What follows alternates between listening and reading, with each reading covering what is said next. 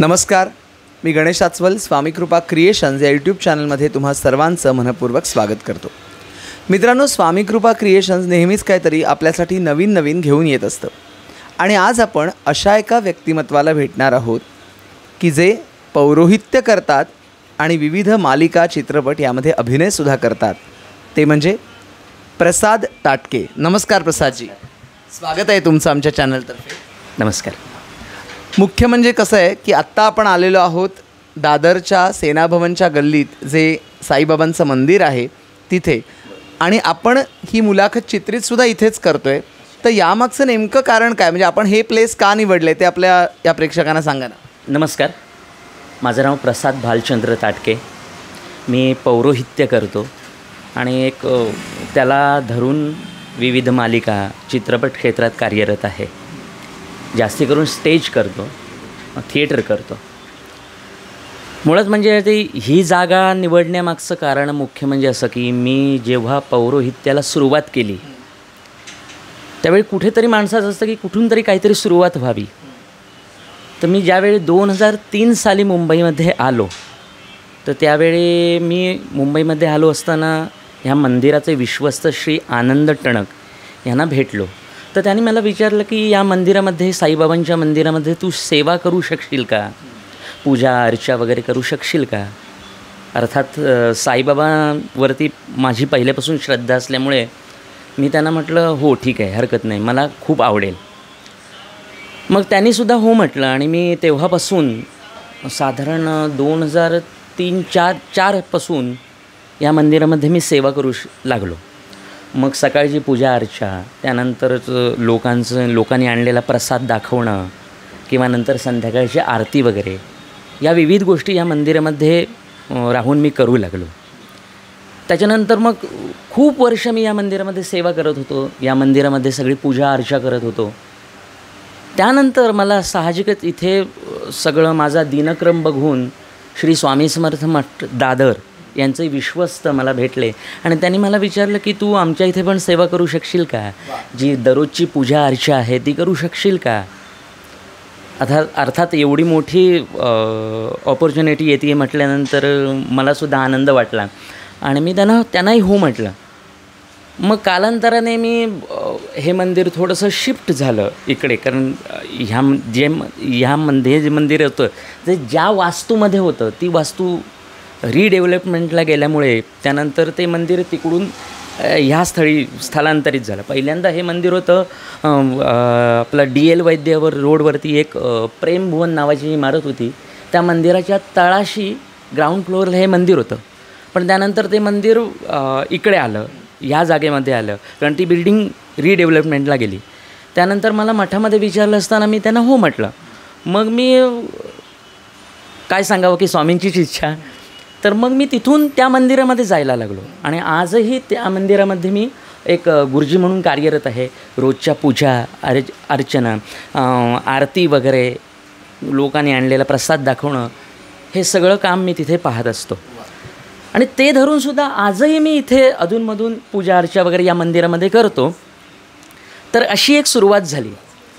मुळात तुम्ही आत्ता सांगितलं की पौरोहित्याची आवड कशी लागली, पण त्याचबरोबर अभिनय कलेकडे कसे वळलात.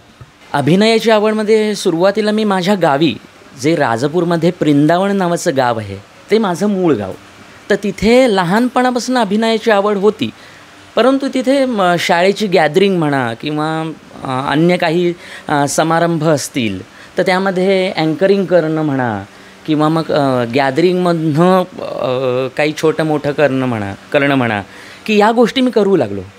गॅदरिंगमध्ये काही छोटे मोठे अभिनय करणं म्हणा, याच्यामुळे मला समजलं की आपणही काहीतरी पुढे जाऊन करू शकतो. पण गावी या सगळ्याला तसा रीतसर वाव नसल्यामुळे आणि त्यानंतर मी मुंबईत आल्यामुळे मी साहजिकच हे सगळं पूजा अर्चा करताना साहजिकच या पाठीमागे सुद्धा लागणं, एक मी विचार केला की आपल्याला जर आवड आहे तर एक करून पाहावं, की अभिनय क्षेत्रात एक पाऊल टाकावं. मग हळूहळू सुरुवातीला मी मालिका केली भैरोबा नावाची. आय थिंक आता आठवत नाही त्यामध्ये कोण कोण होते, पण तिकडे मी सुरुवात केली.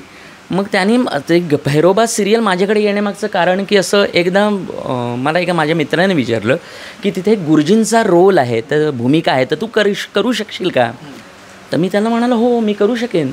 मग त्यांनी मला भैरोबासाठी कास्ट केलं, गुरुजींची भूमिका केली, त्यांना ती खूप आवडली. मग तिथून मला आणखी काही लोकांनी पाहिलं आणि मग त्याने त्यांच्या सिरियलसाठी बोलावलं, गुरुजींच्याच भूमिकेसाठी. हां, मग मी तिकडे गेलो. मग ते असं हळूहळू सगळं त्याचा सगळं विस्तार वाढू लागला. मग काही दिवसांनी मला विचारलं गेलं की तू डॉक्टरांची भूमिका करू शकशील का, की तुमचे काही फोटोग्राफ वगैरे व्हिडिओ वगैरे आम्हाला पाठवा. मग मी त्यांना तसं सांगितलं, तसं त्यांना सगळं करून पाठवलं. तेही त्यांना आवडलं. मग काही मालिकांमधून गुरुजींचे रोल भूमिका, काही नंतर मग हळूहळू जसा विस्तार वाढला तसं डॉक्टरांची भूमिका करू लागलो. मग हवालदार, मग इन्स्पेक्टर, अशा काही विविध भूमिकांमधनं मी पुढे माझी जे करिअर आहे ते विस्तार करू लागलो त्याचा. आणि आजही डायरेक्ट मालिकांमधनं मला फोन येतो की बाबा करू शकाल का तुम्ही? तर मला जसं, कारण मला हे माझं पहिलं आहे, सगळं पौरोहित्य हे पहिलं आहे, हे पहिलं आहे. मग ते सांभाळून मी सगळं अधूनमधून करत असतो आणि चांगली, म्हणजे अजूनही चांगली मागणी आहे. म्हणजे महाराष्ट्र शाहीरमधली पण तुमची भूमिका एक विशेष लक्षात राहिली. तर केदार शिंदेंबद्दल काही सांगाल का? कारण केदार शिंदेसुद्धा स्वामी समर्थांचे भक्त आहेत. खरं म्हणजे परिस्थिती अशी झाली की केदार शिंदे खूप मोठे स्वामी भक्त आहेत. ते अधूनमधून म्हणजे वरचेवर श्री स्वामी समर्थ मठात दर्शनाला यायचे. तर मी त्यांना असं एक सांगितलं की बाबा तुमच्या फिल्ममध्ये, तुमच्या मूवीमध्ये जर काही असेल तर मला सांगा. तर त्यांनी मला काही दिवसांनी विचारलं की मी एक मूवी करतो आहे की महाराष्ट्र शाहीर नावाची, तर त्याच्यामध्ये तू अभिनय करू शकशील का? तर बोल हो, तुम्ही सगळं माझं बघा, सगळे व्हिडिओज वगैरे. तर मग त्यांनी सगळं पाहिलं, माझं काम पाहिलं वगैरे, आणि मग ते म्हणाले हो ठीक आहे, हरकत नाही. मग त्यांनी मला महाराष्ट्र शाहीरसाठी कास्ट केलं. मग त्यांनी मला सांगितलं की खूप मोठी भूमिका नाही आहे. मी त्यांना बोललो की ठीक आहे, छोटी भूमिका असेल तरी आहे. पण त्यांनी मला मग त्यासाठी निवड केली. त्यासाठी केदार शिंदेबद्दल सांगायचं तर खूप छान दिग्दर्शक आहेत. खूप बोलायला व्यवस्थित, किंवा एक माणुसकीच्या नात्याने खूप मोठी छान व्यक्ती आहे, किंवा त्यांच्याशी तुम्ही बोलता त्यावेळी खूप काही ना काही शिकायला मिळतं. मी जेव्हा महाराष्ट्र शाहीर केली त्यावेळी मला खूप काही नवीन शिकायला मिळालं. हे सगळं त्यांच्यामुळेच, आणि अर्थात समर्थांमुळे, स्वामी समर्थांमुळे, सद्गुरू साईनाथांमुळे. प्रसादजी, तुम्ही वेगवेगळ्या मालिका, नाटक, चित्रपटातनं कामं केली, ते सुद्धा आपल्या प्रेक्षकांना सांगा ना. मी नाट्यक्षेत्रामध्ये कार्यरत आहेच, पण काही दिवसापूर्वी मला माझ्या एक मित्राने विचारलं की एका नाटकासाठी रिप्लेसमेंट होती, संन्यस्त खड्ग नावाचं, जे प्रमोद पवार दिग्दर्शक आहेत त्याचे. तर तू करू शकशील का? तर त्याला वेळ नव्हता, तर रिप्लेसमेंट होती. तर त्यांनी मला प्रमोद पवार सरांसोबत उभं केलं आणि त्यांनी सांगितलं की सगळं ओळख वगैरे करून दिली. आणि प्रमोद पवार सरांनी विचारलं तू करू शकशील का? मी त्यांना हो बोललो. मी जास्ती काही प्रयोग केले नाहीत, पण एक 2-4 प्रयोग संन्यस्त खड्गाचे केले. तशी एक 5-6 नाटकं करून झाली माझी. पण त्यातून एक सांगायचं म्हणजे संन्यस्त खड्गाचा अनुभव तो म्हणजे, तर खूप छान अनुभव होता. आणि दिग्दर्शक प्रमोद पवार सर असल्यामुळे त्यानेसुद्धा खूप छान सांभाळून घेतलं. मालिकांबद्दल पण सांग. हां, मालिकासुद्धा एक आसपास 30-35च्या आसपास मालिका आत्तापर्यंत झाल्यात विविध भूमिकांमध्ये. मग आणि स्वामी समर्थ मठामध्ये असल्यामुळे त्या अनुषंगाने मला कामं खूप मिळत गेली. म्हणजे आजकाल इतर आर्टिस्ट, इतर कलाकार असतात, त्यांना जसा संघर्ष करावा लागतो आहे, मलाही संघर्ष करावा लागतो आहे. पण एक स्वामी समर्थांच्या मठामुळे तिथे कार्यरत असल्यामुळे मला बऱ्यापैकी कामं बाहेर मिळत गेली.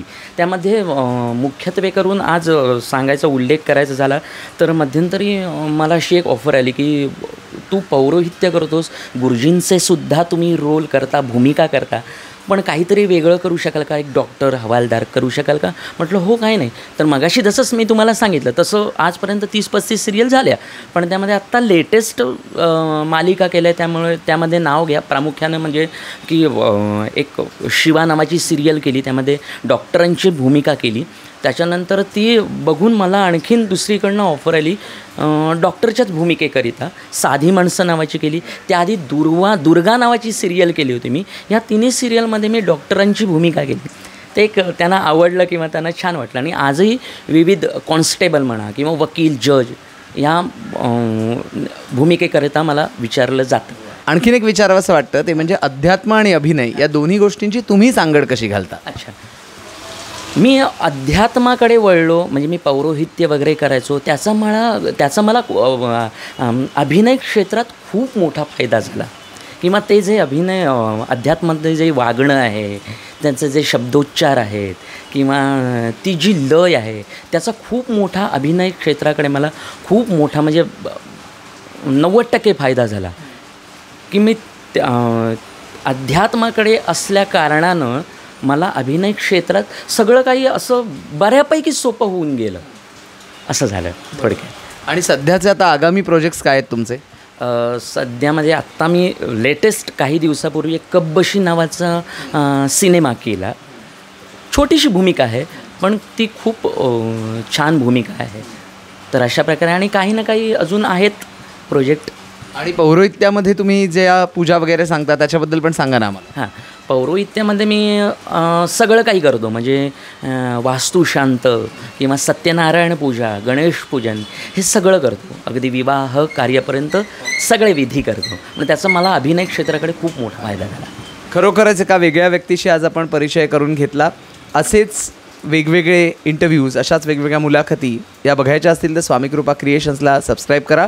आणि हो, आपण सद्गुरू साईनाथ चरणी आणि स्वामी चरणी प्रार्थना करूया की प्रसादजींवरती आणि आपल्या सर्वांवरतीच कृपा अशीच अखंड राहू दे. धन्यवाद. चॅनलला सबस्क्राईब करा, व्हिडिओला लाईक करा, शेअर करा. धन्यवाद.